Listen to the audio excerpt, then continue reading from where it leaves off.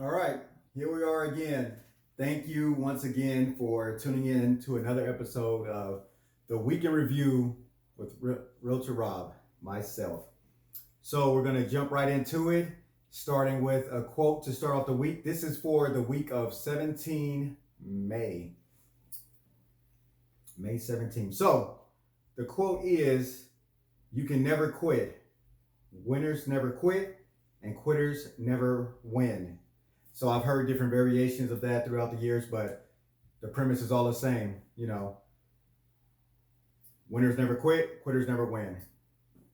So keep that in mind as you go through your day and even your week and life. Next, we have um, the market snapshot for this week from Stuart Title, presented by Kristen Ford and Shen Williamson. So thank you, ladies, for that. I also have the April housing market report I can get any county, city you want or need, but this one has Parker County, Johnson County, Tarrant County, and the city of Fort Worth. But wherever you live or wherever you're trying to go, in Texas, I can get it. I'm your numbers guy. All right. Our first, I guess, the other ones were educational, but this one is more relatable, I guess, to what the buyers are going through in today's market. So, earnest money deposit. This is a post that I retrieved from the Black Realtors group. So it says earnest money deposit. What is it? Money that is put down prior to closing on a home.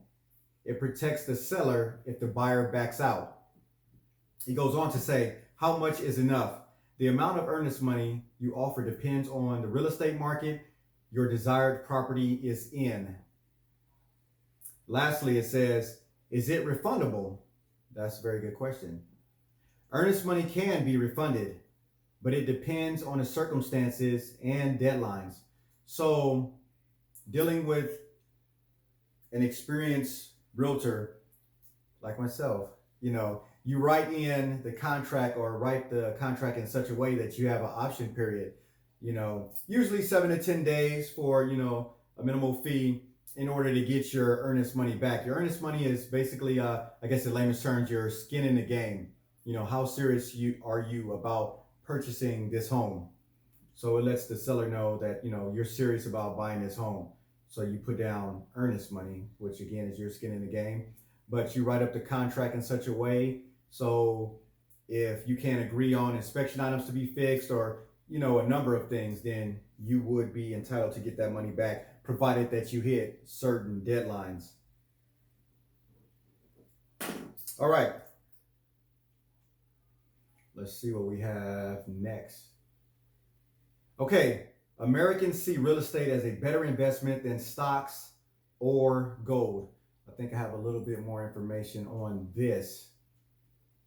So it says for the 8th year in a row, real estate maintained its position as the preferred long-term investment among Americans. So I have a percentage breakdown here. So at 41%, real estate earned the highest rating in the history of the survey. I think they've been doing this survey for 11 years.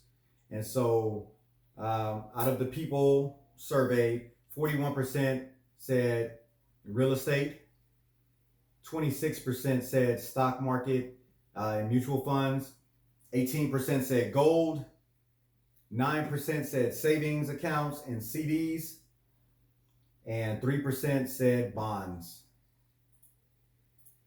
So there you have it. Next is one of my networking mortgage lenders by the name of George DiGianni, and he is asking a question. Have you identified your value proposition? And it says, do you brag about your sales and success to attract business, or do you offer value first? So those of you out there, I guess as a client, pay attention to that when you're working to real estate agents or just anybody in general. Are they bragging about how successful they are, how much business they've done, or are they coming to you with a value proposition?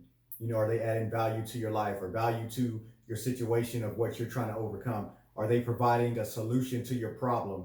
Or are they just talking about, I'm the number one agent and yada, yada, yada. That's why you should use me. So pay attention to that.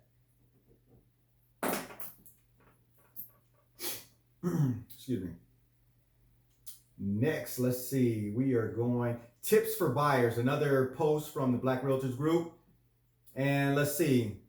Tip number 1. Every situation is different. These are just things for you to think about, to ponder, as you're in the selling, buying market. So one size does not fit all, but just things to think about. So with that being said, tip number 1, buy before you sell in a seller's market.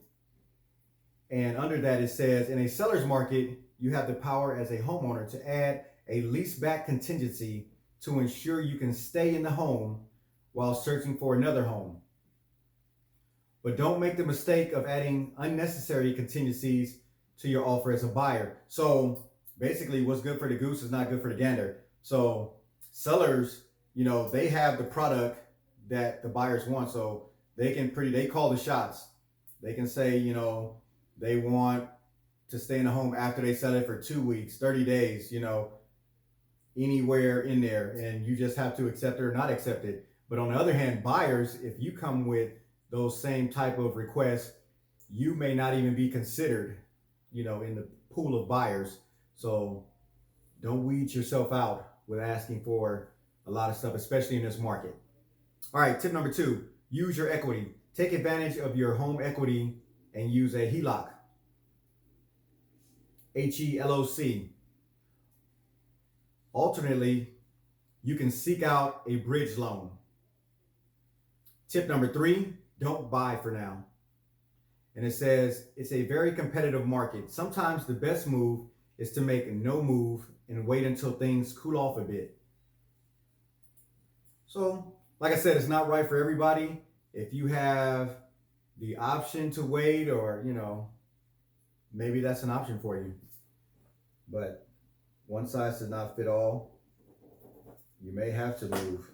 It could be job related. It could be, unfortunately, family issues, things of that nature.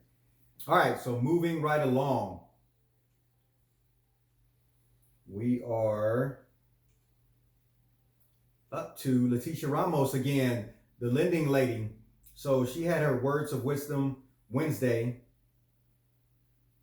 and she has a short video. It's a minute and 1 second long. It says, patience is a virtue. Trust the process. Trust your advisors. Trust the process. Your perfect home could be around the corner. So don't get discouraged. Excuse me. Everything happens for a reason. If you don't get this one, there's something better for you, whether a better house, a better interest rate, a better monthly payment, mortgage payment, you name it, a better area. It may be down the line when you sell it again, it may be a better resale value. You might be able to gain more equity from the home. So don't just look at it, at face value. Trust the process. All right, we have a couple more quotes. All right, this one was provided by Leslie Alcorn Lynch. So the quote goes, sometimes the people you want as part of your story are only meant to be in a chapter. That is very powerful, so I will read it one more time. Sometimes the people you want as part of your story are only meant to be in a chapter. All right, there's another one from Leslie as well. It says, you are the average of the 5 people you spend the most time with.